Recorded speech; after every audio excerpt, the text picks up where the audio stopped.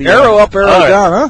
I'm ready for this one. Go ahead, Mark. Arrow. We'll start with down because apparently this show is all about negativity. All the negativity, you can start with down. Go ahead. I haven't mentioned him, Cortez Allen. Mr. Optimistic. Cortez Allen, I thought he could do it.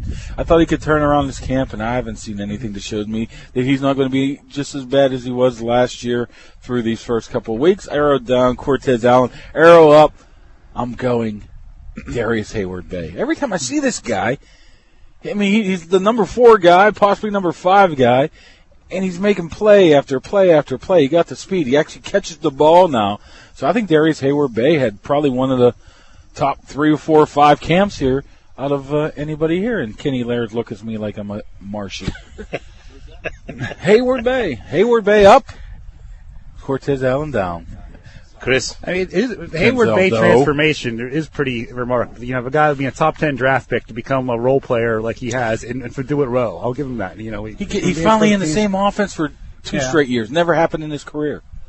And I'm going to build on what we were saying. The arrow down is Mike Mitchell because I just want to see him practice. That's good all, choice. Like I just want to see him like get through full practices without standing back there with Carnell Lake watching practice. Even when he's in pads half the time, he's doing that. Now I'd like to have a policy where I don't blame people for being injured, and I don't want to blame him for being injured. I think I don't want to label him injury prone or whatever, but I just want to start seeing him, and I want to see what this. And I was on his defense most of last season and all this off season, saying he's become a lightning rod. And there were some media members just totally ganged up on him and blamed him for everything. All right, and he wasn't as bad as they're making it. A, B, he's he's a better player than he showed.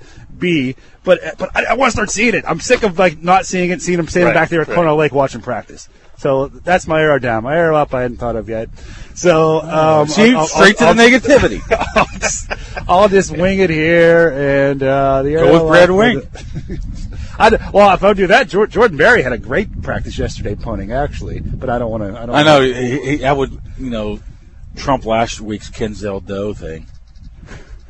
Well, Rob, you're going to pass. Well, I'll tell you what. I'm going to start with some positivity. You're so negative. You're passing on your positive. But I'll tell you, I'm going to start with some positivity.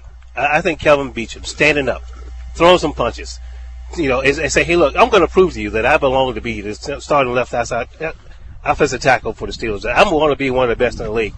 Sometimes you just got to have attitude to play that position. And I like the way he's taking command of what he wants to do on the football field. And I think what we've seen of him so far is that as a guy who's pretty much entrenched in a position, the Steelers coaches, offensive line coach Mike Munchak, isn't thinking about replacing Kelvin Beachum. That's just not going to happen. My down, I was thinking about the other safety, Shamarko Thomas, for the very same reasons that you have, Chris, is that I just haven't seen anything of him. He's been running around running sprints. I can run sprints. I mean, they get tired a lot quicker than he does. But my down would be, Bud Dupree.